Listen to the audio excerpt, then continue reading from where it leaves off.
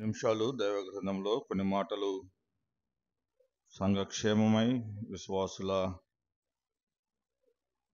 సహవాసంలో విశ్వాసులుగా మన జీవితాల్లో ఎలాగుండాలో కొన్ని మాటలు ధ్యానం చేయాలని ప్రభు పక్షాన కోరుతున్నాను. రండి, దైవ గ్రంథంలో కొత్త నిబంధన గ్రంథంలో అపోస్తలుడైన పౌలు కొరింథీయులకు రాసిన మొదటి పత్రిక 16వ అధ్యాయం. కొరింథీయులకు రాసిన మొదటి పత్రిక 16వ అధ్యాయం 13-14 వచనాలు చదువుకుందాం. కొరింథీయులకు రాసిన మొదటి పత్రిక 16వ అధ్యాయం 13-14 వచనాలు చదువుకుందాం. మెలకువగా ఉండుడి, విశ్వాసమందు నిలకడగా ఉండుడి, పౌరుషము గలవారై ఉండుడి, బలవంతులై ఉండుడి, మీరు చేయు కార్యములన్నీ ప్రేమతో చేయుడి. చిన్న మాట ప్రార్థన చేద్దాం. ప్రియ తండ్రి, స్తోత్రాలు చెల్లిస్తున్నానయ్యా. మరి ఈ సమయంలో నీ మందిర ఆవరణలో చక్కగా నీ బిడ్డలందరూ ఆరాధించగలగటానికి కృప చూపించారు. చేరి వచ్చిన ప్రియులను బట్టి వందనాలు. ఈ దినం రాలేకపోయిన నీ బిడ్డల కొరకై ప్రార్థిస్తున్నాం, కనికరించండి. మిగిలి ఉన్న పాత్ర కొరకై ప్రార్థిస్తున్నాం, సహాయం దయచేయండి. అనేకులు చేర్చబడటానికి, సంఘంలో స్థిరపరచబడటానికి, బలపరచబడటానికి, మీ సహవాసంలో ఫలించటానికి, నీ ప్రియ బిడ్డలుగా ఉండటానికి, నీ వారసులుగా, నీ ఇంటి వారిగా అనేకుల కోసం ప్రభువా మరి మిగిలిన పాత్రను మేము జ్ఞాపకం చేసుకుంటున్నాం. కృప చూపించమని వేడుకుంటున్నాం తండ్రి. మరి సమయంలో నిలవబడిన నేను చిన్నవాడును, కనికరించండి.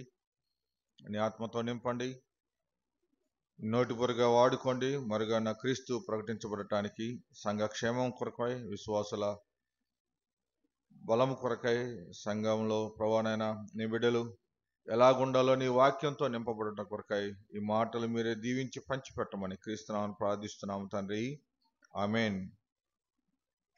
పిల్లరా, మరి ఈ సమయంలో కొరింథీయులకు రాసిన మొదటి పత్రిక 16వ అధ్యాయంలో అపోస్తలుడైన పౌలు 16వ అధ్యాయం ఆరంభంలో గలతీ సంఘముల గురించి, అలాగే కొరింథీ సంఘముల గురించి ఆయన జ్ఞాపకం చేస్తూ, ఆయన సంచారం చేస్తున్నటువంటి పరిస్థితుల్లో 1-9 వచనాల వరకు సంఘంలో, సంఘ పరిస్థితుల్లో, సహవాసంలో, పరిచర్యలో ఎలాగుండాలో జ్ఞాపకం చేస్తూ వచ్చాడు. సంఘం ఎలాగూ తోడ్పడాలో జ్ఞాపకం చేస్తూ వచ్చాడు. 10-12 వచ్చిన భాగాల్లో మనం చూస్తే, తనతో కూడా పనిచేస్తున్నటువంటి యవనుడైన తిమోతిని చేర్చుకోమని, అతడు ఎలాంటి వాడో అతన్ని తృణీకరించవద్దని జ్ఞాపకం చేస్తూ వచ్చాడు.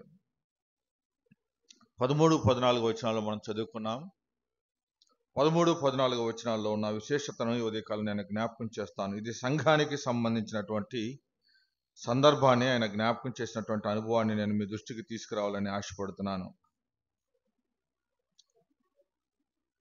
సంఘంలో విశ్వాసులు, దేవుని బిడ్డలైనటువంటి వారు, వారి జీవితాలలో వారు ఎలాగుండాలో జ్ఞాపకం చేశాడు.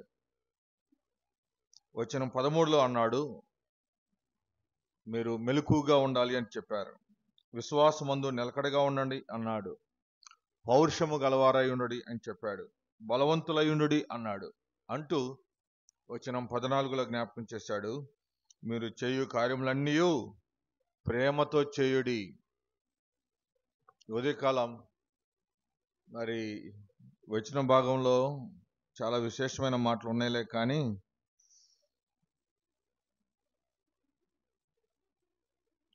ఈ మాటలు చదవటానికి, చెప్పటానికి ధైర్యం సరిపోవట్లేదు.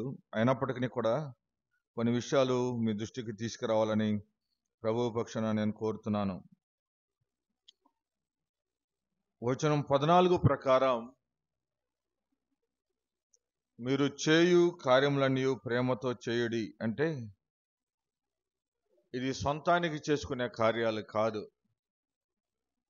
ఇది కుటుంబానికి చేసుకునే కార్యాలు కాదు,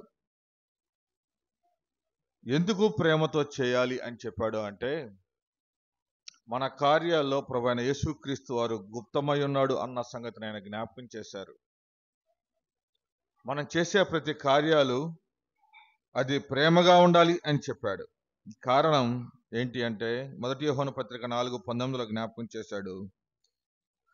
దేవుడే మొదట మనలను ప్రేమించి తన ప్రేమను మన పట్ల వెల్లడిపరిచినటువంటి సందర్భాన్ని మనం చూస్తాం. దేవుడు దాన్ని నేర్పించాడు. కాబట్టి దేవుని బిడ్డలంగా కూడా మనం దేవుడు ఎలాగో కార్యాలు మన కొరకు చేశాడో మనం చేసే కార్యాలు కూడా ప్రేమ కలిగి చేయాలి అని చెప్పాడు. 4:16 అన్నాడు 1 యోహాను పత్రిక, దేవుడు ప్రేమాస్వరూపి అయి ఉన్నాడు కాబట్టి అది ఆయన గుణలక్షణం.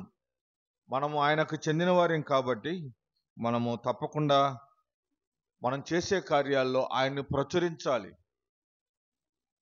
మనం చేసే కార్యాల్లో ఆయన కనబడాలి అనేటువంటి సందర్భాన్ని నేను జ్ఞాపకం చేస్తున్నాను. 1 కొరింథీ పత్రిక 14:1 జ్ఞాపకం చేయబడిన సంగతి ఏంటి అంటే, ప్రేమ కలిగి ఉండుట ప్రయాసపడుడి అన్నాడు. ప్రేమ కలిగి ఉండేటువంటి జీవితం కోసం ప్రయాసపడే జీవితం కావాలి సంఘంలో. కారణం ఏంటంటే ఆయన ప్రేమ అయి ఉన్నాడు. మూలవాక్యం అదే. గలతీ పత్రికలో 5:14 జ్ఞాపకం చేశాడు, నిన్ను వలె నీ పొరుగు వారిని ప్రేమించుము అన్నాడు. ఆయన కార్యాలు ప్రేమించే కార్యాలు. దేనిలో? అన్ని విషయాలలో. పొరుగు వారిని ప్రేమించే విషయంలో, అన్ని విషయాలలో ప్రేమించాలి. ఎందుకు ప్రేమించాలి? మత్తయి సువార్త 5:45 రాయబడింది, మీరు తండ్రికి కుమారులు అయ్యుండునట్లు అన్నాడు. శత్రువును ప్రేమించాలి. పొరుగువారు లేక శత్రువులు, మనుషులను ప్రేమించేవారిగా మనం ఉండాలి అని దేవుని వాక్యం మనకు జ్ఞాపకం చేస్తుంది. అంతేకాదు ఫిలిప్పీ పత్రిక 2:15 రాయబడింది, సమస్త కార్యాలు అన్నాడు. అక్కడ సమస్త కార్యాలు ప్రేమతో చేయాలి అని చెప్పాడు. ఎవరు చేయగలుగుతారు ఇవి? ఎక్కడ చేయగలుగుతారు? చాలా పర్యాయాలు పనులు చాలా చేస్తాంలే, కానీ చేసే పనులలో ఎలాగుంటుందంటే, నేనేందో కనబడాలి, నా పనేందో కనబడాలి అన్నట్టుగా ఉంటుంది. అది మానవ జీవితం, అది మానవ నడత. కానీ దేవుని కార్యాలు చేస్తున్నప్పుడు అది ప్రేమతో చేయాలి. ఏంటి ఆ ప్రేమ అనే మాటలు మనం చాలా విషయాలు చదువుకున్నాం. వాటన్నిటిని నేను ఈ సమయంలో వివరించను. కానీ కార్యాలు చేయాలి అంటే మనకు కొన్ని పరిస్థితులు అవసరం. ఏం అవసరం అంటే, మొట్టమొదటిగా జ్ఞాపకం చేశాడు, మెలకువ అవసరం. రెండవది విశ్వాసము అవసరం కార్యాలు చేయాలి అంటే. మూడవ మాట జ్ఞాపకం చేస్తున్నాను, పౌరుషము అవసరం కార్యాలు చేయాలంటే. నాలుగవదిగా జ్ఞాపకం చేస్తున్నాను, బలవంతులుగా ఉండుట అవసరం. అవి లేకపోతే కార్యాలు జరగవు. ఉదయకాలం ఈ 4 మాటలు కొద్ది నిమిషాలు నేను మీ దృష్టికి తీసుకొచ్చి నేను ఈ మాటలు ముగించాలని ఆశపడుతున్నాను. కార్యాలు ప్రేమతో చేయాలి. ఆ కార్యాలు ఎవరికి చేస్తున్నామంటే మన కోసం కాదు, అది ప్రభువును బట్టి, ప్రభు ఇచ్చిన దాన్ని బట్టి. కార్యసిద్ధి కలుగు చేయవాడు ఆయనే అని కొరింథీ పత్రికలో మనం చూస్తాం. నేను నాటితిని, అపోల్లో నీళ్లు పోసాను. చెప్పండి, కార్యసిద్ధి కలుగు చేయవాడు దేవుడే, ఆయనే. ఆ కార్యసిద్ధి ఆయనది కాబట్టి ఆ కార్యాలు ప్రేమతో చేయాలి అనే మాట మనము సారిసారికి జ్ఞాపకం చేసుకోవాలి. ఆ కార్యాలు చేయాలంటే మన జీవితాలలో ఏముండాలో, విశ్వాసులంగా, సంఘంగా, దేవుని బిడ్డలంగా మన జీవితాల్లో ఏముండాలో జ్ఞాపకం చేద్దాం. మొట్టమొదటిగా 13వ వచనంలో మనం చదువుకున్నాం, మెలకువగా ఉండుడి అని చెప్పాడు. మెలకువ లేకపోతే పనులు చేయలేం. అది చిన్న పనైనా పెద్ద పనైనా ఆ సమయాన్ని బట్టి మనం చేయగలిగిన పని మెలకువతో ఉంటే తప్ప చేయలేం. అయితే ప్రాక్టికల్గా జరిగేటువంటి మెలకువ పరిస్థితి ఎలాగో పెడితే, దేవుడు స్పష్టంగా కొన్ని కార్యాలు చేయాలంటే ఏ విషయాల్లో మెలకుగా ఉండాలో మనకు నేర్పిస్తూ వచ్చాడు దేవుడు. ఒక మాట దైవ గ్రంథంలో చదువుకున్నాము రండి. పేతురు రాసిన మొదటి పత్రిక 4వ అధ్యాయం మొదటి మాట నేను జ్ఞాపకం చేయాలని ఆశపడుతున్నాను. వచనం 7 చదువుకున్నాం. పేతురు రాసిన మొదటి పత్రిక అధ్యాయం 4 వచనం 7 చదువుకున్నాం. అయితే అన్నిటి అంతము సమీపమై ఉన్నది కాగా మీరు స్వస్థ బుద్ధి గలవారై ప్రార్థన చేయుటకు మెలకువగా ఉండుడి అన్నాడు. మొట్టమొదటి మాట నేను జ్ఞాపకం చేస్తున్నాను. ఏ విషయాల్లో మనం మెలకువగా ఉండాలి? కార్యాలు జరగాలంటే మన మెలకువ ప్రార్థనలో ఉండాలి అని చెప్పాడు. ప్రార్థనలో మెలకువ లేకపోతే చాలా పర్యాయాలు ఉపయోగం లేని పరిస్థితులు అయిపోతాయి. మెలకువ లేకపోతే చాలా పర్యాయాలు పడిపోయే జీవితం ఉంది కదా. ప్రభువైన యేసుక్రీస్తు వారు ఈ లోకంలో ఉండి ఆయన ఆయా ప్రాంతాల్లో పరిచర్య చేస్తూ ఉన్నప్పుడు ఆయన చాలా పరిస్థితుల్లో చాలా మందికి ఆయన జ్ఞాపకం చేసిన మాట ఏంటంటే, ఆయన శిలువ మరణానికి వెళ్ళక మునుపు కూడా శిష్యులతో చెప్పిన మాట ఏంటంటే, మీరు మెలకువగలిగి ఉండుడి అన్నాడు. మెలకువగలిగి ఉండాలి. మెలకువ లేకపోతే పరిస్థితులు చాలా కష్టంగా ఉంటాయి అనే మాటలో నేను జ్ఞాపకం చేస్తున్నాను ప్రియులారా. మెలకువ చాలా పరిస్థితుల్లో మన జీవితాల్లో నష్టం కలుగు చేసేదిగా కనబడుతుంది. ఎంతో నష్టం. మెలకువ లేని జీవితం నష్టం తెచ్చేదిగా ఉంది అని దైవ గ్రంథం మనకు స్పష్టంగా తెలియజేస్తా ఉంది. అలాగైతే ఈ సమయంలో మీ దృష్టికి తీసుకురావాల్సిన మాట ఏంటి అంటే, మెలకువ కలిగి ఉండాలి. ఏ విషయాలలో? ప్రార్థన విషయములలో. ఒక మాట ఇలాగ చెప్తాను. సంఘ ప్రార్థన చాలా బలమైనది. అలాగే విశ్వాసుల ప్రార్థన చాలా బలమైనది.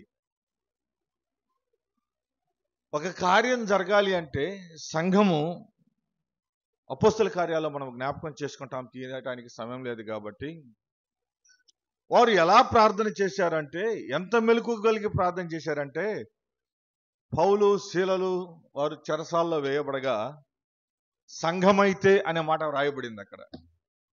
సంఘమైతే ఎలా ప్రార్థన చేసిందంట? అత్యాశక్తితో ప్రార్థన చేసిందంట. అత్యాశక్తి అంటే నిద్రపోతుంటే వస్తుందా? రాదు. అత్యాశక్తి అంటే మెలకువగా ఉంటే వస్తుంది. ఆసక్తి. మెలకువ ఆసక్తిని పెంచుతుంది. మెలకువ మన జీవితాల్లో ఎన్నో పర్యాయాలు, ఎన్నో స్థితిగతుల్లో మన జీవితాలను అది ఎంతో ఎంకరేజ్ చేసేదిగా కనబడుతుంది. జ్ఞాపకానికి తీసుకొచ్చేదిగా, పని యొక్క పరిస్థితిని మనకు తెలియపరిచేదిగా కనబడతా ఉంది మెలకువ జీవితం. అలాంటి పరిస్థితి మనము చేయకపోతే, అలాంటి పరిస్థితి మనము కలిగి లేకపోతే, మనము నిద్రించుతున్న జీవితంలోనే కనబడతాం. మందబుద్ధులు అన్నాడు దైవ గ్రంథంలో. కాబట్టి మెలకువ అవసరం.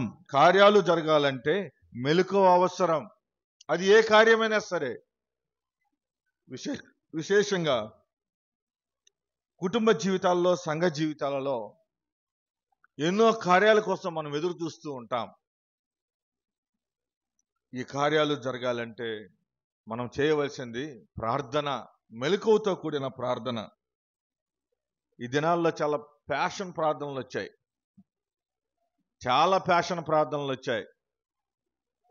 ఎలాగైపోయిందంటే ప్రార్థన, మనకి ఏదైనా సమస్య వస్తే మనం ప్రార్థన చేసుకునే స్థితిలో మనం లేం. మన సమస్య ఏ కాడికి తీసుకెళ్ళి ఎక్కడ చెప్తాము అంటే, ఎవరన్నా కనబడ్డ వాళ్ళకి, ఎవరన్నా సేవకుల దగ్గరికి, పెద్ద పెద్ద వాళ్ళ దగ్గరికి వెళ్ళి, అన్నా మీరు ప్రార్థన చేయండి అన్న, నా పరిస్థితి ఎలాగుంది, మా పరిస్థితి ఎలాగుంది అని చెప్పే స్థాయికి వెళ్ళిపోయాం.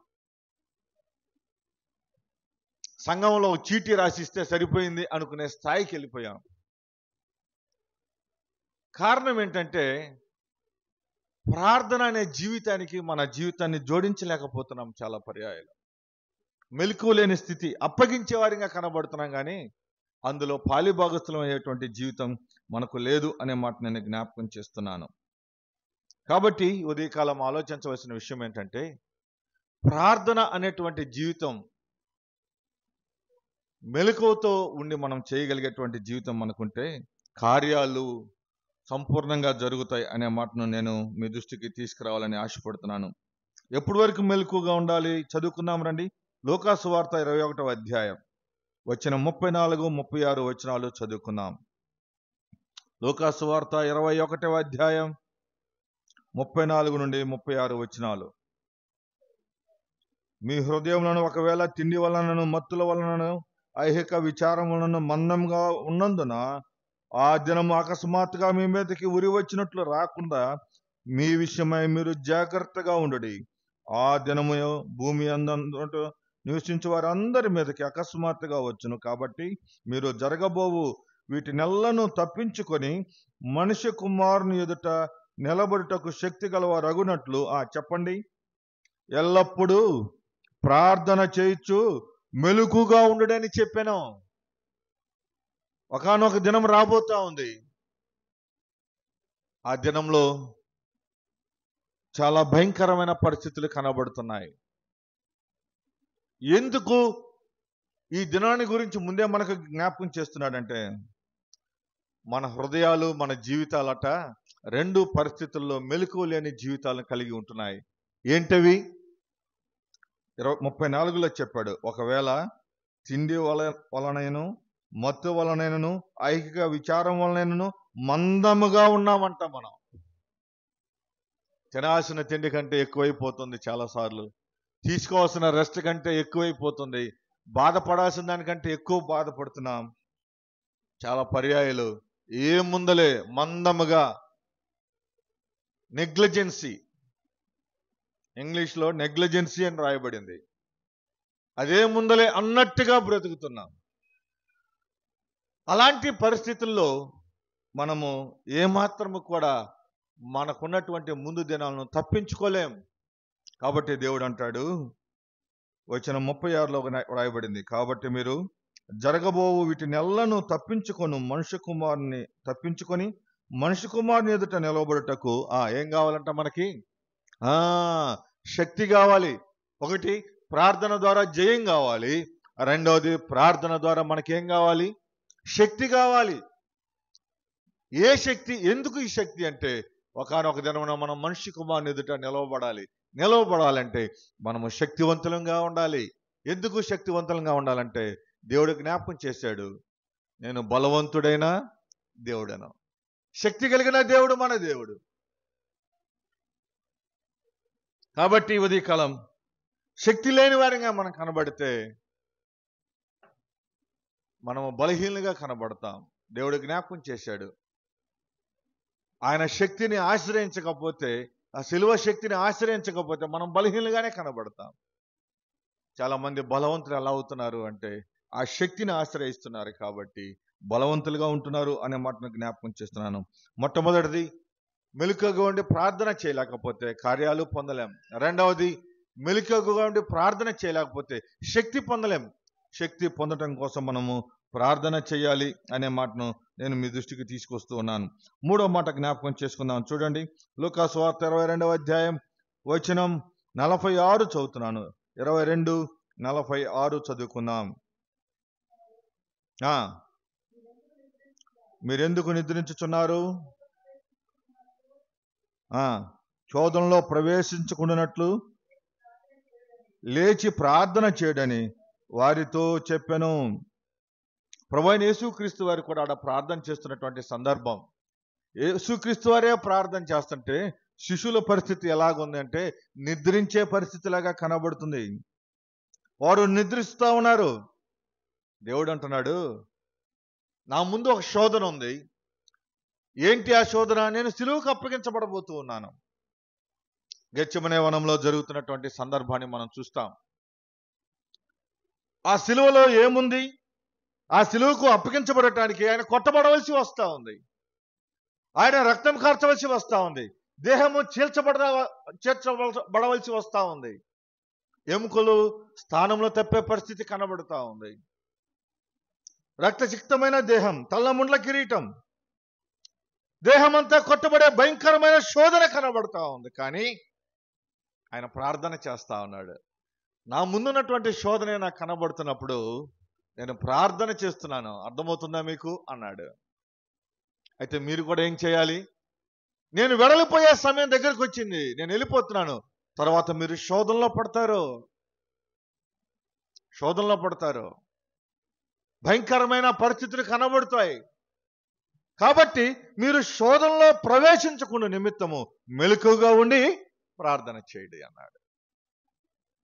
అయితే పెద్దలారా, దేవుని బిడ్డలారా, కుటుంబంగా మనం, సంఘంగా మనం మెలకువతో ప్రార్థన చేస్తే వచ్చేటువంటి పరిస్థితులను ఉదయకాలం ఆలోచిస్తున్నాం.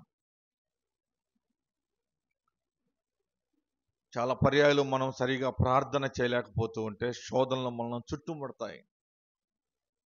గాఢాంధకారమైన లోయలో మనం సంచరించవలసిన పరిస్థితులు కనబడతాయి. గాఢాంధకారం ఎలా కమ్ముకుంటుందో, ఏ క్షణంలో కమ్ముకుంటుందో మనకు తెలియదు. చాలా పర్యాయాలు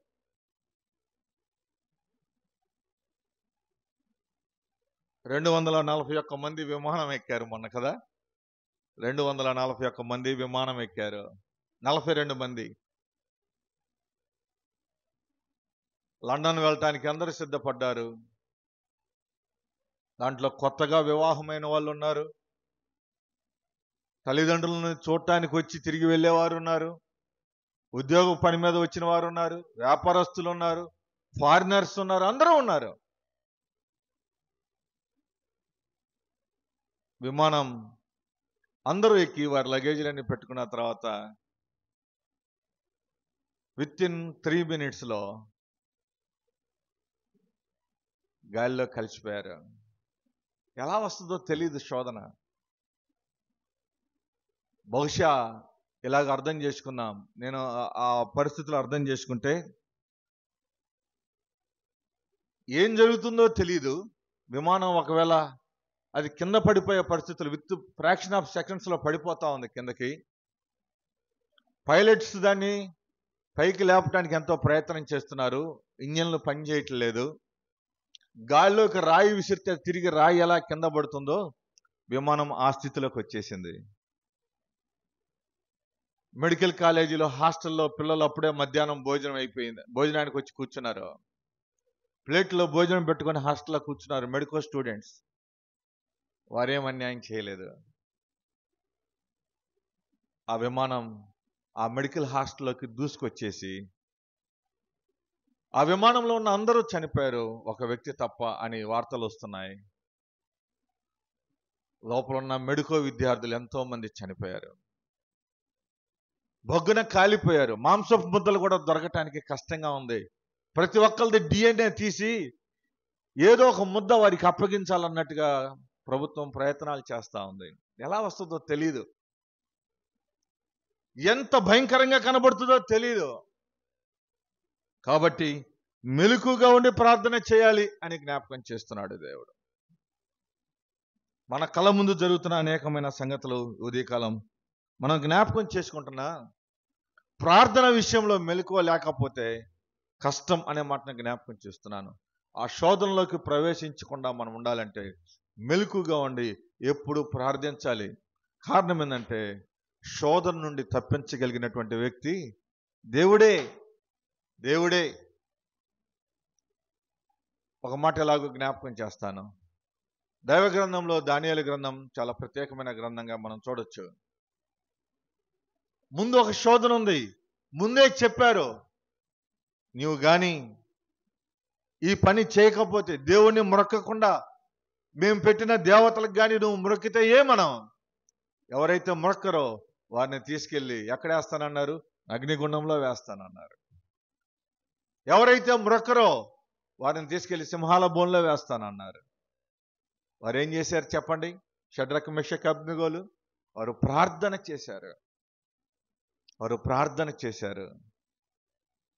ప్రార్థన చేస్తూ ఉండగా వారి గురించి దైవగ్రంథంలో రాయబడిన మాట, వారు సింహాల బోన్లో వేయబడగా చెప్పండి, సింహంల నోర్లు మూయబడ్డాయి, శోధన ఆగిపోద్దాయి. ఒకవేళ శోధన ఆ వ్యక్తులను పడవేసిన వ్యక్తులకు శోధన అయి ఉండొచ్చులే, కానీ ఆ మనిషిని తినాలి, ఆ మనుషులను తినాలి అనేటువంటి శోధన ఎవరికి లేదు? సింహాలకు లేదు. ఆ వ్యక్తులను తీసుకెళ్లి అగ్నిగుండంలో వేశారు. 7 అంతుల అగ్నిని వారు రగిలించారు. షడ్రకు మెషకు అగ్నిగుండంలో వేయగా పడవేసిన వారు కూడా ఆ మంటకు తట్టుకోలేక చనిపోయిన వారు ఉన్నారు. కానీ వారైతే అగ్నిగుండంలోంచి నడుచుకుంటూ బయటకు వచ్చారు. వారి గురించి దైవగ్రంథంలో రాయబడిన మాట ఏంటంటే, వారి వస్త్రములో పొగచూరు వాసనైనను లేదట. చాలా పర్యాయాలు మెలకుగా ఉండి ప్రార్థన చేస్తే మన జీవితాలలో ఇలాంటి అద్భుత కార్యాలు చూడగలుగుతాం, ఆశ్చర్య కార్యాలు చూడగలుగుతాం, దేవునికి మహిమార్థమైన కార్యాలు చూడగలుగుతాం. అంతేకాదు, మన జీవితాలు కూడా ప్రభు కోసం, ప్రభు కార్యాలలాగా, ప్రభు బిడ్డలాగా మనము ఉండగలుగుతాం అనే మాటని ఉదయకాలం నేను జ్ఞాపకం చేస్తున్నాను. రెండవ మాట చదువుకుందాం, చూడండి, సమయం అయిపోతా ఉంది. మొట్టమొదటి మాట మెలకుగా ఉండి ప్రార్థన చేయాలి అనే మాట నేను జ్ఞాపకం చేస్తున్నాను. మరొక మాట కూడా దీంట్లో జ్ఞాపకం చేయాలని ఉంది, కానీ సమయం సరిపోవట్లేదు, అయినా జ్ఞాపకం చేస్తాను. యోనా గ్రంథం 1వ అధ్యాయం 6వ వచనంలో రాయబడింది, నిద్ర అవస్థలో అతడు ఉంటూ ఉండగా భయంకరమైన శోధన వచ్చింది. ఏంటి ఆ శోధన? ఆ శోధన ఏంటి అంటే, ఆ యొక్క ఓడ తారుమీరైపోయినటువంటి పరిస్థితులు మనం చూస్తాం. వారు అంటున్నారు, ఓయి నిద్రపోతా, ఓయి నిద్రపోతా. మేమింత గందరగోళమైన పరిస్థితిలో ఉంటే నిద్రపోవటానికి నీకు ఇది సమయమా అంటే, ఆయన అంటూనే అంటున్నాడు, అవును, ఇది నా వల్ల కలిగిందే, కాబట్టి నన్ను ఎత్తి సముద్రంలో పడవేయడి అని చెప్పినటువంటి సందర్భాన్ని దైవ గ్రంథంలో చూస్తాం. మెలకువ లేని జీవితం పడవేయబడే జీవితం. అర్థం చేసుకుందాం. మెలకువ లేని జీవితం పాపమునకు, శోధనకు అంటిపెట్టబడే లేక అంటుకట్టబడే జీవితం అన్నట్లుగా దైవ గ్రంథంలో మనం చూడగలుగుతాం. కార్యాలు చేయాలంటే మెలకుగా ఉండి ప్రార్థన చేయాలి. చాలా కార్యాలు ఉన్నాయి. మన ప్రార్థనలు ఫ్యాషన్ ప్రార్థనలు కాకుండా ప్రయోజనకరమైన ప్రార్థనలు ఉండాలని ప్రభువు మనకు జ్ఞాపకం చేస్తున్నాడు. రెండవ మాటను చదవాలని ఆశపడుతున్నాను. కొరింథీయులకు రాసిన మొదటి పత్రిక అధ్యాయం 16 వచనం 13లో రెండవ మాట నేను జ్ఞాపకం చేస్తున్నాను. విశ్వాసంలో నిలకడగా ఉండమని చెప్పాడు. విశ్వాసంలో నిలకడగా ఉండాలి అన్నాడు. చాలా పర్యాయాలు దీని గురించి జనాలు కొట్టుకుంటున్నారు. ఏంది విశ్వాసం? విశ్వాసం అంటే అసలు ఏంటి విశ్వాసం? విశ్వాసంలో నిలకడగా ఉంటామంటే ఏంటి అర్థం కావట్లా. బైబిల్ తీసుకుంటే విశ్వాసమో, రొట్టె రసాల్లో చేతులు వేస్తే విశ్వాసమో, సంఘానికి కానుకిస్తే విశ్వాసమో అనుకుంటున్నారు చాలా మంది. విశ్వాసం అంటే అది కాదు. హెబ్రీ పత్రికలో భక్తుడు జ్ఞాపకం చేశాడు. విశ్వాసం అంటే ఒక గొప్ప మాటను చెప్పాడు, నిర్వచనం చెప్పాడు. 11వ అధ్యాయంలో మనం చూడగలుగుతాం. విశ్వాసం అన్నది నిరీక్షించబడు వాటి యొక్క నిజ స్వరూపము. చెప్పండి, అదృశ్యమైనవి ఉన్నవి అనుటకు ఏమై ఉన్నది? రుజువై ఉన్నది అని చెప్పాడు. విశ్వాసం అంటే ఏంటి అంటే, ఏదైతే మనం ఆలోచిస్తామో, ఏదైతే మనం చేయాలనుకుంటామో అది మన జీవితాల్లో నెరవేర్చబడటానికి ముంగుర్తుగా ఆలోచించే ఆలోచన బలం, అదే విశ్వాసం అనే మాట నేను జ్ఞాపకం చేస్తున్నాను. అయితే ఈ విశ్వాస విషయంలో మనము నిలకడగా ఉండాలి అని చెప్పాడు దేవుడు. రోమీయులకు రాసిన పత్రిక 10వ అధ్యాయం 17వ వచనానికి రండి. ఎలా కలుగుతుంది ఈ విశ్వాసం? 10-17వ వచనం చదువుకుందాం. కాగా వినుట వలన విశ్వాసము కలుగును, వినుట క్రీస్తును గూర్చిన మాట వలన కలుగును. అయినను నేను చెప్పునదేమనగా, వారు వినలేదా?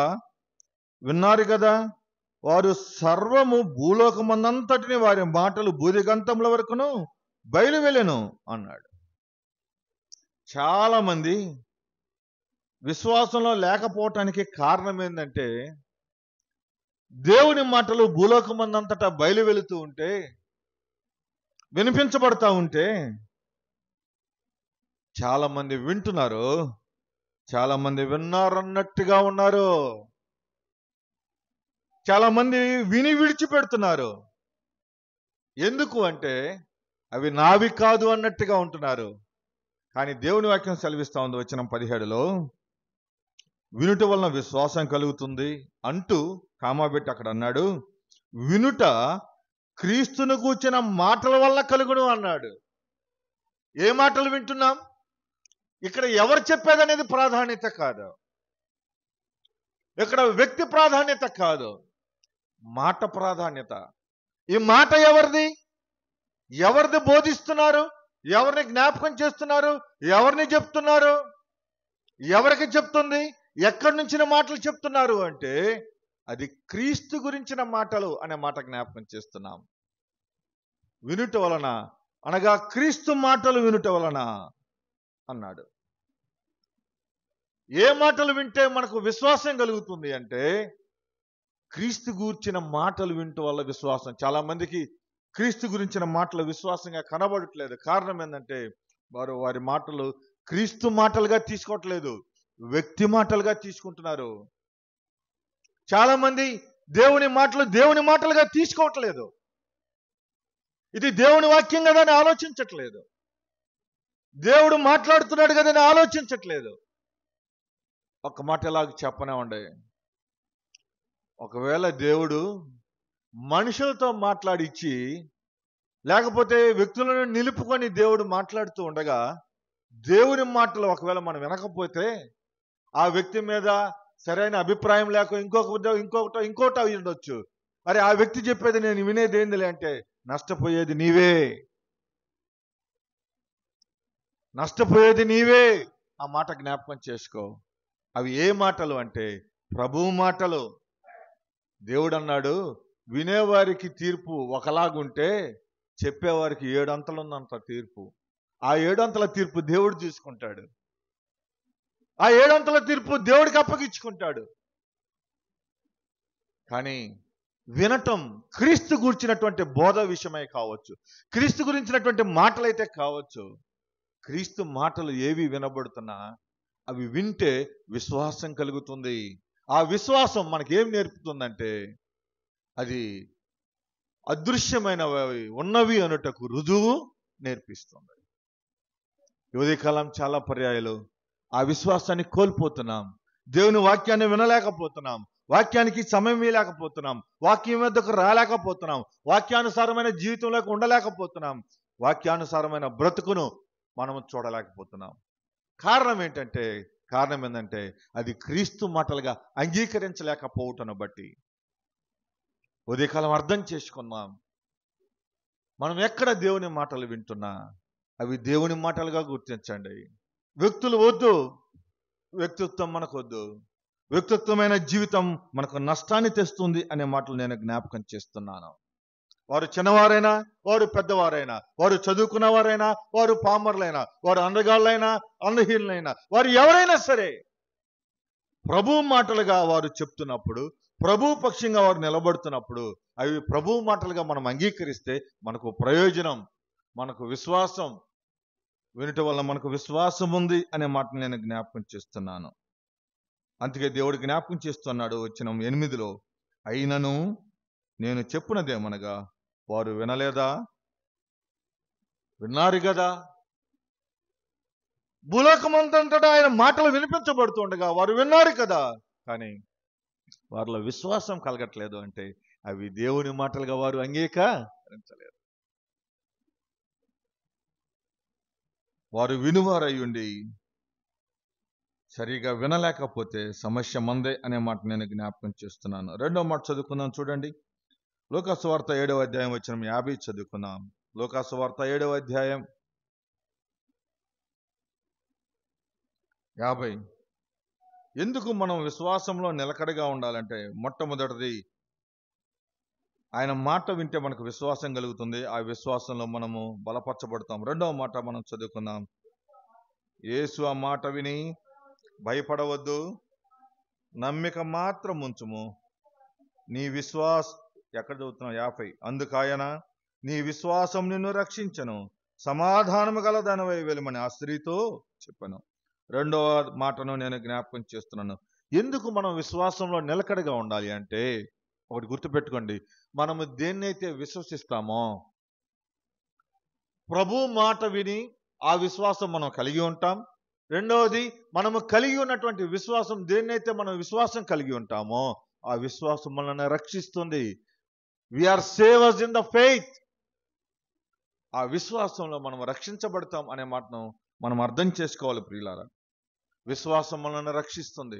చాలా సార్లు మనం ఆపదలో పడుతున్నామంటే, చాలా పర్యాయాలు ఆపద గుండా మనం వెళ్తున్నామంటే దాంట్లో 2 పద్ధతులు మనం చూడగలుగుతాం. ఒకటి, ఆపదలో పడి లేవలేకపోతున్నామంటే విశ్వాసం సరిగా లేదని.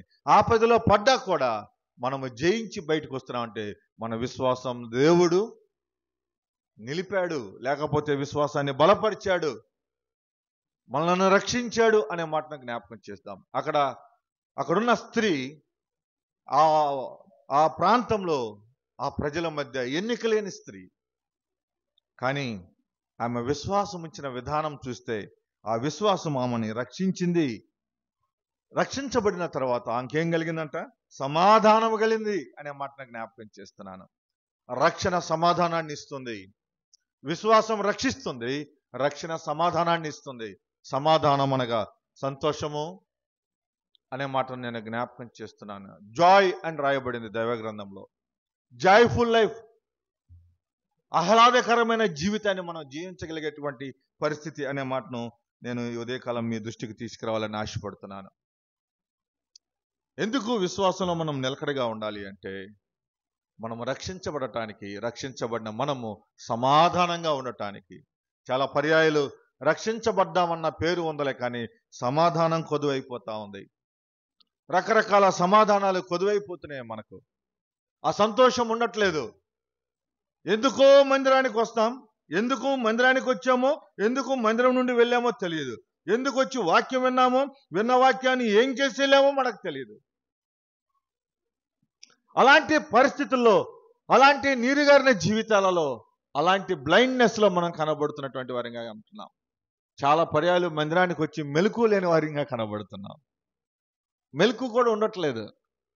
ఈరోజు ఎట్టకట్ట బైబుల్ ఎట్టకట్ట పట్టుకొని దేవుని మందిరానికి వచ్చి వాళ్ళు చెప్పేది ఏదో విని, అవసరమైతే తీయగలిగితే తీసి, రాయగలిగితే రాసి అక్కడ పెట్టేసి వెళ్ళిపోతున్నాం అంతే.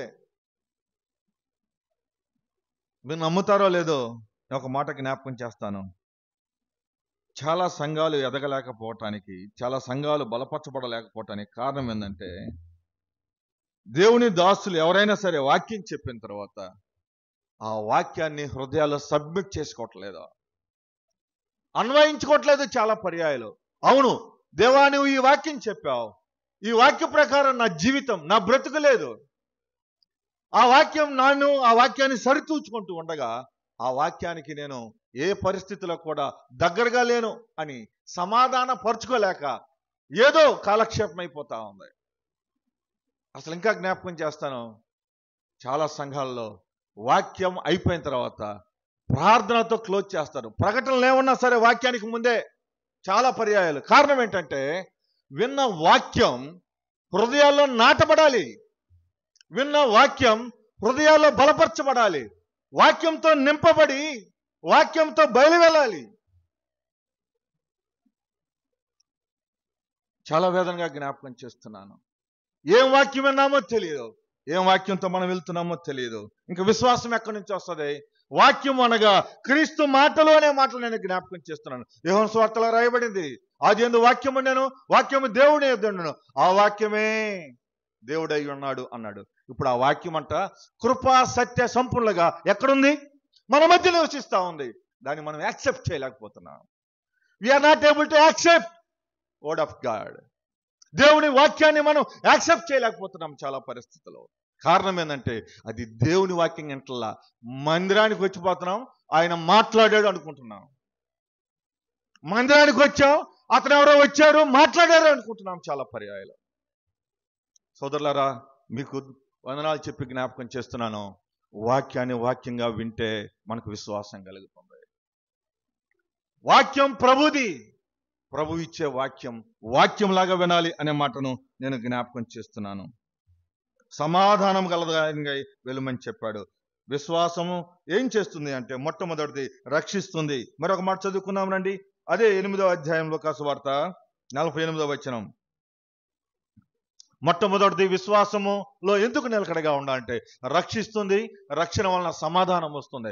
రెండవ మాట చదువుతున్నాను చూడండి, లూకాసు వార్త 8వ అధ్యాయం వచనం 48 చదువుతున్నాను. అందుకైన కుమారి, నీ విశ్వాసము నిన్ను ఏం చేస్తుందంట? స్వస్థపరుస్తుంది. సమాధాన గలదానమై వెళ్ళుమని ఆమెతో చెప్పాను. రెండవ మాట జ్ఞాపకం చేస్తున్నాను, విశ్వాసం స్వస్థపరుస్తుంది. అందుకే అపోస్తలుడైన పౌలు గారు జ్ఞాపకం చేస్తూ అన్నాడు, ఆయనకి దేహంలో కడుపు నొప్పి ఉంది. ఆ కడుపు నొప్పి చాలా భయంకరమైనది. ఆ కడుపు నొప్పి గురించి ఎన్నో పర్యాయాలు ఆయన దుఃఖించినటువంటి వ్యక్తి. తట్టుకోలేని కడుపు నొప్పి ఉంది అతనికి. అందుకే నా దేహంలో ముళ్ళు ఉంది అని చెప్పాడు. వినండి వినండి, నేను ముగిస్తున్నాను.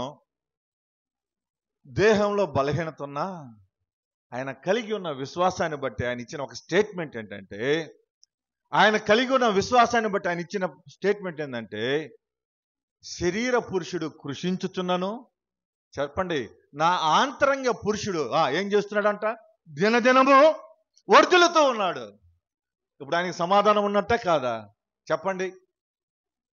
పరిచర్య చేస్తున్నాడు, పాలు పంపులు కలిగి ఉన్నాడు, హెచ్చరిస్తున్నాడు, దేవుని కృపలో దినదినము నూతనం అవుతున్నాడు. ఇంకా మొదటి తిమోతి రాసిన పత్రికలో తిమోతి పత్రికలో జ్ఞాపకం చేస్తున్నాడు, ఇదిగో నా పరుగు కడముట్టించాను, విశ్వాసాన్ని నేను కాపాడుకున్నాను అన్నాడు. ఆ పరుగు కడముట్టించేటువంటి విషయంలో కూడా సంపూర్ణమైన విశ్వాసం కలిగినటువంటి వ్యక్తిగా ఉన్నాడు. ఇప్పుడు ఆ విశ్వాసం ఆయన ఏం చేసిందంటే, నా కోసం నీతి కిరీటం ఉంచబడింది అన్నాడు. విశ్వాసం స్వస్థపరుస్తుంది, విశ్వాసం రక్షిస్తుంది, విశ్వాసం సమాధానం ఇస్తుంది. ఆ సమాధానం ద్వారా మనకు నీతి కిరీటం ఉంది. ఆ మాటను జ్ఞాపకం చేసుకుందాం. చాలా పర్యాయాలు విశ్వాస విషయంలో భ్రష్టులమైపోతున్నాం అనే మాట దేవుని వాక్యంలో ఉంది. వారు భ్రష్టులైపోయారు. చాలాసార్లు మనం విశ్వసించే విశ్వాసం ఎలాగుంది అంటే, మనల్ని ముందుకు కొనసాగించేదిగా కనబడట్లా. ప్రభువు మాటలుగా మనం వింటే అది మనకు ప్రయోజనకరము అనే మాటలను నేను జ్ఞాపకం చేస్తున్నాను. ప్రియులారా, కొలస్సీ పత్రిక రండి, 4వ అధ్యాయం 2 చదువుకున్నాం. కొలస్సీలకు రాసిన పత్రిక 4వ అధ్యాయం. ప్రార్థన యందు నిలకడగా ఉండి కృతజ్ఞత గలవారై దాని యందు మెలకువగా ఉండండి. ప్రార్థన యందు నిలకడగా ఉండాలి. ఎందుకు విశ్వాసంలో నిలకడగా ఉండాలంటే, ప్రార్థన చేయటానికి. ప్రార్థనలో నిలకడగా. చాలాసార్లు ప్రార్థన చేస్తాం, ఎప్పుడు టైం అయిపోయిద్దని మూసుకునేది కళ్ళు 2 నిమిషాలు, 10 నిమిషాలు ప్రార్థన చేయాలని టైం పెట్టుకున్నాం అనుకో, 2 నిమిషాలు ప్రార్థన చేసే లోపు 10 నిమిషాలు కళ్ళు తెరిచి చూసే జీవితం అయిపోయింది మంది. మీరేమైనా అనుకోండి, ఒక మాట చెప్తాను, ప్రార్థనకు సమయం ఉందా ఇంతసేపు చేయాలని? దేవుని వాక్యంలో సంఘ ప్రార్థనలు చూస్తాం, అత్యాశక్తితో ప్రార్థన.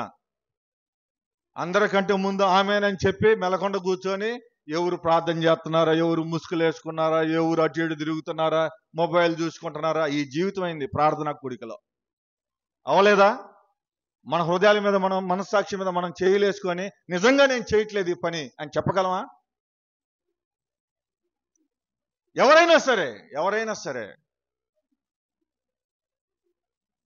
ప్రార్థన జీవితంలో ఆ గురి ప్రార్థన మీద ఉంచాలి. అసలు దేవుడు అన్నాడు, నువ్వు ప్రార్థన చేయనప్పుడల్లా నీ ఏకాగ్రత ఎలాగుండాలి అంటే, నేను ప్రార్థన చేస్తాను 10 మందికి తెలియాల్సిన అవసరం లేదు.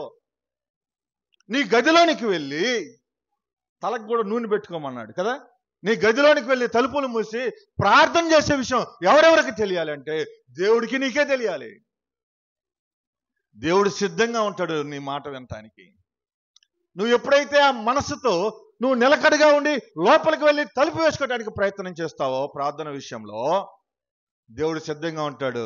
ఏం అడగబోతున్నాడో, నా బిడ్డ ఏం అడగబోతున్నాడో. ఇంకొక మాట మీరు అనొచ్చు, అదేంది దేవుడికి ముందే తెలుసు కదా, నా హృదయాన్ని, నా తలంపులు పుట్టక మునిపే, నా హృదయానికి ఆలోచనలు రాకమునిపే నా దేవుడు నన్ను ఎరిగాడు కదంట. ఎరిగిన దేవుడు కాబట్టే నీకోసం ఎదురు చూస్తున్నాడు. నువ్వు అది అడుగుతావా లేదా? ఎట్టడుగుతావు? విశ్వాసంతో అడుగుతావా లేదా అని.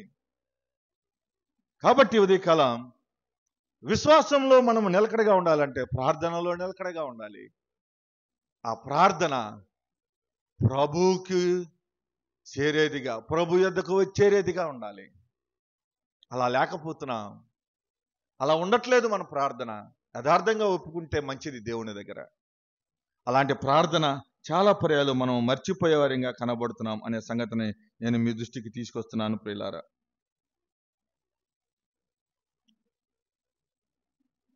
పేతురు రాసిన మొదటి పత్రిక 5వ అధ్యాయం 8-9 వచనాలు చదువుకున్నాం. పేతురు రాసిన మొదటి పత్రిక 5వ అధ్యాయం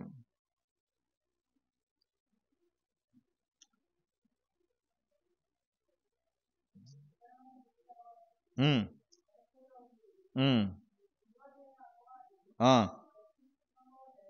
మీ విరోధి అయిన అపవాది గర్జించు సింహములే ఎవరిని మిరుంగుదునా అని వెతుకుచూ తిరుగుచున్నాడు. లోకమందున్న మీ సహోదరులందరూ ఈ విధమైన శ్రమలే నెరవేరుచున్న పని ఎరిగి ఏం చేయాలంట? విశ్వాసమందు స్థిరులై వారిని ఎదురించుడి. ఎందుకు విశ్వాసంలో స్థిరంగా ఉండాలి అంటే, మన దగ్గర ఎవరిని మృంగుదునని అపవాది ఎదురు చూస్తా ఉంది. దాని చేత మనము శ్రమల పాలవటానికి శ్రమలు కూడా సిద్ధంగా ఉన్నాయి. విశ్వాసంలో లేక ప్రార్థనలో ఎందుకు మనము నిలకడగా ఉండాలి అంటే, ఎందుకు స్థిరంగా ఉండాలి అంటే, అపవాదిని జయించటానికి. గుర్తుపెట్టుకోండి, చాలా పర్యాయాలు ప్రార్థనలో మనం నిలకడగా లేకపోవును బట్టి మనము చాలా శ్రమల పాలవుతున్నాం. ఒక మాట ఇలాగ చెప్పనివ్వండి, ఇక్కడ అందరము చాలా వరకు బిడ్డలు ఎరిగిన వారే, తల్లిదండ్రులైన వారు ఉన్నారు, అమ్మమ్మలైన వారు ఉన్నారు, అలాగే చిన్న బిడ్డలైన వారు ఉన్నారు.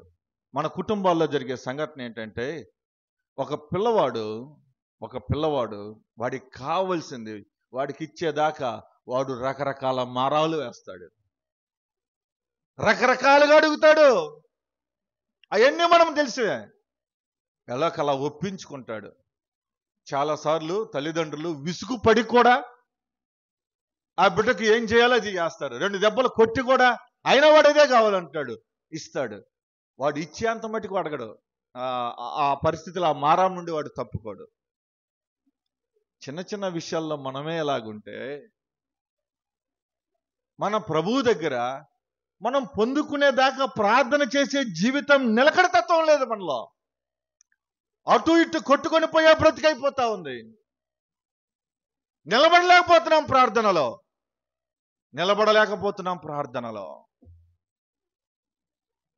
ఒకే ఒక మాట జ్ఞాపకం చేసుకోండి, ప్రార్థనా జీవితం మన కుటుంబాల్లో ఉంటే మన కుటుంబం అంతా దేవుని మందిరంలో ఉంటుంది. 2వ మాట జ్ఞాపకం చేస్తున్నాను, యథార్థంగా ఎప్పుడైతే కుటుంబం దేవుని సన్నిధిలో ఉంటుందో దేవుని మాటలు వింటారు. దేవుని మాటలు వింటే రక్షణ దొరుకుతుంది, సమాధానం దొరుకుతుంది, స్వస్థత దొరుకుతుంది. అంతేకాదు జీవకిరీటాన్ని పొందగలుగుతారు. మన కుటుంబాలు సంపూర్ణంగా దేవుని మందిరంలో, దేవుని ఇంటిలో, దేవుని సంఘంలో, దేవుని సహవాసంలో, దేవుని విశ్వాసంలో లేకపోవటానికి కారణం ఏంటంటే, నీవు సరైన విశ్వాసం ఉంచట్లేదు అనే మాట ఈ ఉదయకాలం స్పష్టంగా జ్ఞాపకం చేస్తున్నాను. అరాకొరైన పరిస్థితులు కనబడుతున్నాయి. విశ్వాసం మన జీవితాల్లో కనబడాలి అంటే దేవుని దగ్గర తన కార్యసిద్ధిని మనం జ్ఞాపకం చేసుకోవాలి అనే మాటని ఉదయకాలం నేను జ్ఞాపకం చేస్తున్నాను. 3వ మాట చదువుకుందాం రండి. 1 కొరింథీ పత్రిక 16వ అధ్యాయం వచనం 13లో 3వ మాట చదువుతున్నాను. మొట్టమొదటిది మెలకుగా ఉండండి అని చెప్పాడు. 2వది విశ్వాసంతో నిలకడగా ఉండమన్నాడు. 3వ మాట పౌరుషము గలవారై ఉండుడి అన్నాడు. పౌరుషం ఏం తెలియచేస్తుంది? ఏ విషయాల్లో పౌరుషంగా ఉండాలి? చాలా మంది గృహాల్లో ఈ మాట వినపడుతూ ఉంటుంది. నాకు పౌరుషం లేదా? ఆడవాళ్ళు అయితే ఏమంటారు? నా పౌరుషం లేదా, నా పుట్టిల్లు లేదా అంటారు. అంతేనా అనేది? మగవాళ్ళు అయితే నేను మగవాడిని, నాకు పౌరుషం లేదా అంటారు. ఈ పౌరుషాలు కాదు ఇక్కడ చెప్తుంది. సైలెంట్ కూర్చో. ఈ పౌరుషాలు కాదు ఇక్కడ చెప్తుంది. ఈ పౌరుషం ఏంటి అంటే, దావీదు చిన్నవాడు. ఎంత చిన్నవాడు అంటే పెద్ద ఎన్నికలైన వాడు. కుటుంబంలో ఆయనకు మించినటువంటి అన్నదమ్ములు చాలా మంది ఉన్నారు. యెష్షయి కుమారులు చాలా మంది ఉన్నారు. వారందరిలో చిన్నవాడు. అన్నదమ్ములు కూడా ఆయన్ని పట్టించుకోలేదు, త్రోసివేశారు. యోసేపు కూడా చిన్నవాడు, అన్నదమ్ములు పట్టించుకోలేదు, త్రోసివేశారు. కానీ ఒక మాట ఇలాగ జ్ఞాపకం చేసుకుందాం. దావీదు గురించి రాయబడింది. దావీదు అన్న మాట జ్ఞాపకం చేస్తాను. ఫిలిష్తీయుడైనటువంటి గొల్యాతు ఇశ్రాయేలు ప్రజల దగ్గరకు వచ్చి వారికి ఉన్నటువంటి ఆడంబరాన్ని, వాడికి ఉన్నటువంటి పట్టును, వాడికి ఉన్నటువంటి బలాన్ని ప్రదర్శిస్తూ ఉంటే, హేళన చేస్తూ ఉంటే ఇశ్రాయేలు ప్రజలందరూ భయపడిపోతా ఉన్నారు. భయపడినటువంటి ఈ సందర్భంలో దావీదు పలికిన మాట, ఈ సున్నత లేని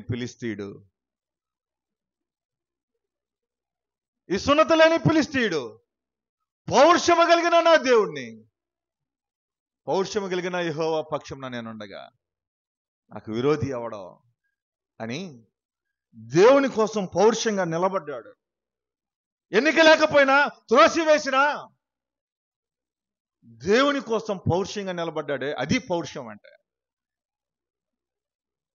ఏ పౌరుషంతో అయితే అతను నిలబడ్డాడో ఇశ్రాయేల్ అందరికీ విజయం వచ్చింది.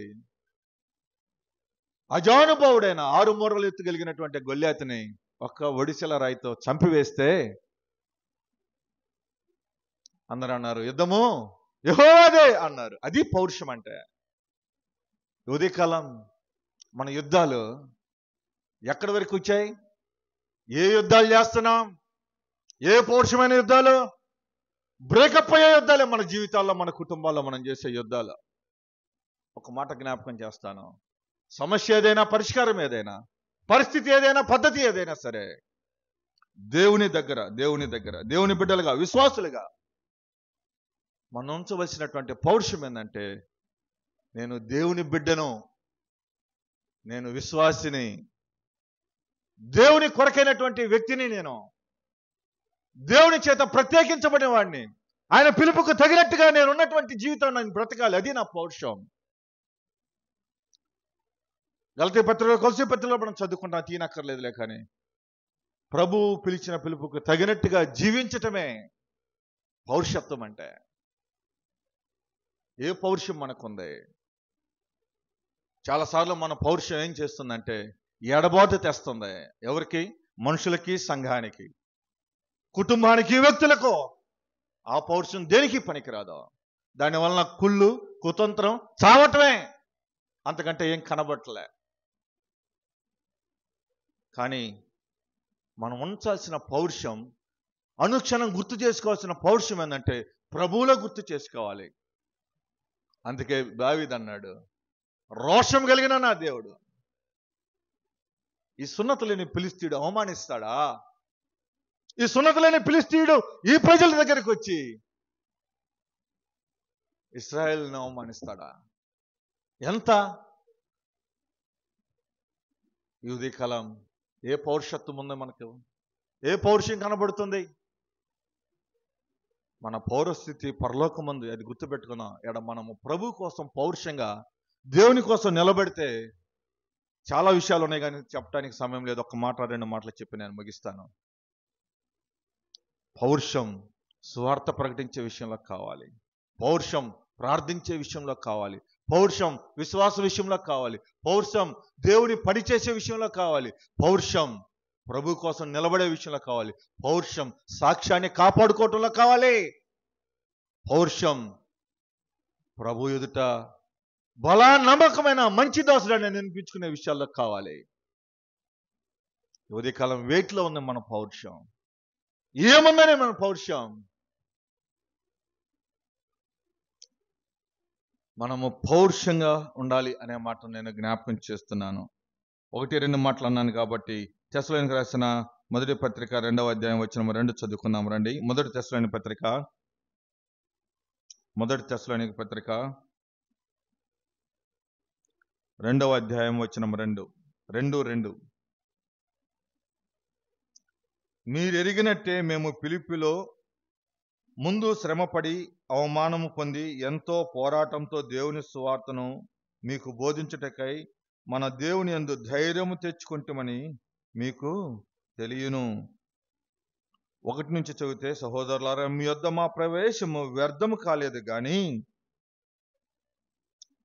అపోస్తలుడైన పౌలు తెస్సలోనిక సంఘంలో పౌలు, సిల్వాను, తిమోతి వారు జ్ఞాపకం చేస్తున్నటువంటి సందర్భం, వారు ఏ విషయాల్లో పౌరుషంగా ఉన్నారంటే సువార్త ప్రకటించే విషయంలో పౌరుషంగా ఉన్నారు, దేవుని పని చేసే విషయంలో పౌరుషంగా కనబడుతున్నారు.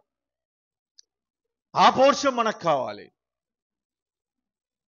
అది వ్యర్థం కాలేదు అని ఎప్పుడు సంఘం స్థాపించిన తర్వాత, విశ్వాసంగా ఉన్న తర్వాత జ్ఞాపకం చేస్తున్నాడు. అందుకే మొదటి అధ్యాయం వచనం 2లో జ్ఞాపకం చేశాడు, విశ్వాసంతో కూడిన మీ పనిని, ప్రేమతో కూడిన మీ ప్రయాసమును, మన ప్రభువైన యేసుక్రీస్తునందలి నిరీక్షణతో కూడిన మీ ఓర్పును మేము మన తండ్రి అయిన దేవుని ఎదుట మానక జ్ఞాపకము చేసుకొనొచ్చు. మా ప్రార్థనల యందు మీ విషయమై విజ్ఞాపనము చేయొచ్చు. మీ అందరి నిమిత్తము ఎల్లప్పుడూ దేవునికి కృతజ్ఞతాస్తుతులు చెల్లించుచున్నామన్నాడు. మనము ప్రభు కోసం పౌరుషంగా నిలబడేటువంటి విషయం ధైర్యం అనే మాటను జ్ఞాపకం చేసుకున్నాం. ధైర్యంగా నిలబడితే, మనము చేయగలిగింది చేస్తే, శక్తి లోపము లేకుండా, విశ్వాస లోపము లేకుండా మనము చేస్తే అది ప్రభు ఎదుట కనబడుతుంది అనే మాట నేను జ్ఞాపకం చేస్తున్నాను. వచనం 3 చదువుతున్నాను చూడండి. 2వ అధ్యాయం వచనం 3. ఎలయనగా మా బోధ కపటమైనది కాదు, అపవిత్రమైనది కాదు, మోసయుక్తమైనది కాదు గాని, వచనం 4, సువార్తను మాకు అప్పగించుటకు యోగ్యులమని దేవుని వలన ఎంచబడిన వారమై మనుషులను సంతోషపెట్టు వారము కాక మన హృదయములను పరీక్షించు దేవుణ్ణి సంతోషపెట్టు వారమై ఏం చేస్తున్నారంట? బోధిస్తున్నారు. ఇందాక మీకు ఒక మాట చెప్పాను కదా, ప్రభు పక్షంన ఏ వ్యక్తి నిలబడి దేవుని వాక్యాన్ని ఉన్నది ఉన్నట్టుగా, కపటమైన మాటలు లేకుండా, మోసకరమైన మాటలు లేకుండా, అపవిత్రమైన మాటలు లేకుండా ఎవరైతే ప్రకటిస్తూ ఉన్నారో వారు ప్రభువు నిలబెట్టుకున్నవారు. ఆ మాటను గుర్తుపెట్టుకోండి. ప్రభువు నిలబెట్టుకున్నారు వారిని. ఇప్పుడు వారు ఏం చేయాలంటే నిలబెట్టుకున్న ప్రభువుని సంతోషపెట్టాలి తప్ప మనుషులను సంతోషపెట్టడానికి కాదు. ఈ దినాల్లో చాలా కార్యాలు నా పేరు కోసం, నా గొప్పతనం కోసం, నా ఉన్నతి కోసం, నా ప్రయాస కోసం, నేను బతికిన 4 దినాలన్నా ఆఖరిలోనన్నా ఎవరన్నా నన్ను అనుకోవాలన్నట్టుగా అది చేయట్లా. వాక్య ప్రకారం చాలా మంది అది చేస్తున్నారు. నా కోసం నా కోసం నా కోసం నా కోసం అన్నట్టుగా చేస్తున్నారు. దేవుని పని చాలా ప్రణాళికాబద్ధమైనది. దేవుని పని చాలా శ్రేష్టమైనది. దేవుని పని చాలా ప్రణాళికాబద్ధమైనది. దేవుడు సెలవు పొంది చేయాలి. దేవుని పని చేసేటప్పుడు అయిష్టంగా ఏదో ఉండదున్నట్టుగా పేరు కోసమో, డబ్బు కోసమో, ఉన్నతి కోసమో, పరపతి కోసమో, గొప్పతనం కోసమో చేస్తే అది దేవుని పని కాదు అని దేవుని వాక్యం సెలవిస్తా ఉంది. అది దేవుని పని కాదు, ఎన్నటికీ కాదు. చాలా స్పష్టంగా వారు చెప్తున్నారు. కపటమైన బోధ లేదు, కపటమైన అపవిత్రమైన మాటలు లేవు, మోసయుక్తమైన పని లేదు. దేవుడి దగ్గర మేము ఏ సువార్త పొందామో ఆ సువార్త ఉన్నది ఉన్నట్టుగా ప్రభు ఎదుట మేము అనేకులకు ప్రకటించడానికి వచ్చాం. దానిలో భాగంగా తెస్సలోనిక సంఘానికి వచ్చాం. తెస్సలోనిక సంఘం వారు మీరు విశ్వాసంలో, ప్రేమతో, మీ పనిలో, ప్రయాసలో ఎలాగున్నారో మేము దినదినం వింటూ ఉన్నాం. వింటూ మీకోసం ప్రార్థన చేస్తున్నాం. అలాగే దేవునికి కృతజ్ఞతాస్తుతులు చెల్లిస్తున్నాం. అలాగుండాలి సంఘం. మనం వింటున్న బోధలు ఎటు పోతున్నాయో తెలియదు. మనం వింటున్న వర్తమానాలు ఎటుపోతున్నాయో తెలియదు. కానీ దేవుని మందిరంలో వాక్య సమయాన్ని కూడా చాలా పర్యాలు ఇవ్వలేని వారు అయిపోతున్నాం. ప్రార్థనకు ఇవ్వలేని వారు అయిపోతున్నాం. విశ్వాస క్రమానికి ఇవ్వలేని వారు అయిపోతున్నాం. పౌలు, తిమోతి, అలాగే సిల్వను వారు ఆ సంఘం గురించి, ఆ ప్రాంతం గురించి, ఆ పని గురించి, దేవుని కోసం నిలబడే విషయం గురించి, ఆ యోగ్యత గురించి, ఆ పౌరుషం గురించి వారు తీసుకున్న స్టెప్ ఎంత విశ్వాస క్రమాన్ని తీసుకొచ్చిందో, ఆ సంఘం ఎంత బిల్డ్ అయిందో, ఆ సంఘం ఎంత స్థిరపడిందో, ఆ సంఘం ఎంతగా డెవలప్ అవడానికి కారణమైందో. ఆ విశ్వాస క్రమాన్ని మనం కలిగి ఉంటే ఎంత మేలో, ఆ విశ్వాస పరిమాణాన్ని మనం కలిగి ఉంటే ఎంత మేలో అనే మాట నేను జ్ఞాపకం చేస్తున్నాను పిల్లలు. ఆఖరి మాట నేను చెప్పి నేను ముగిస్తాను. రండి, 1 పేతురు రాసిన పత్రిక 3వ అధ్యాయం 13, 14 వచనాలు చదువుకున్నాం.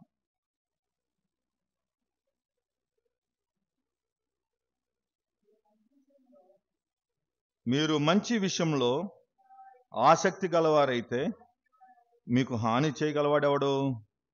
మరొక వేళ నీతి నిమిత్తము శ్రమ పడినను మీరు ధన్యులే. వారు బెదిరింపునకు భయపడకుడి, కలవరపడకుడి. నిర్మలమైన మనసాక్షి గలవారై మీలో ఉన్న నిరీక్షణను గూర్చిన మిమ్మును హేతు అడుగు ప్రతి వానికి సాత్వికముతోను భయముతోను సమాధానము చెప్పుటకు ఎల్లప్పుడూ సిద్ధంగా ఉండి మీ హృదయములందు ఆ మాట పట్టుకోండి, మీ హృదయములందు క్రీస్తును ప్రభువుగా ఏం చేయాలంట? ప్రతిష్ఠించుడి. అప్పుడు మీరు దేని విషయమై దుర్మార్గులని దూషింపబడుదురో దాని విషయమై క్రీస్తునందున్న మీ సత్ప్రవర్తన మీద అపనింద వేయువారు ఏం చేస్తారంట? సిగ్గుపడతారు అని రాయబడింది. దేవుని విషయమై దేవుని హృదయాల్లో ప్రతిష్ఠించుకొని నిర్మలమైన మనసాక్షి గలవారై ప్రభువు నిరీక్షణలో సంఘ క్షేమాభివృద్ధి కోసమై, విశ్వాసుల క్షేమాభివృద్ధి కోసమై, కుటుంబాల క్షేమాభివృద్ధి కోసమై, దేవుని కోసం స్వార్థ ప్రకటించే పనిలో నమ్మకంగా ఉపయోగకరమైన పని చేస్తే అది దేవునికి మహిమ. ఉపయోగం లేని పని చేస్తే అది వ్యర్థం, అది వ్యర్థం, అది వ్యర్థం.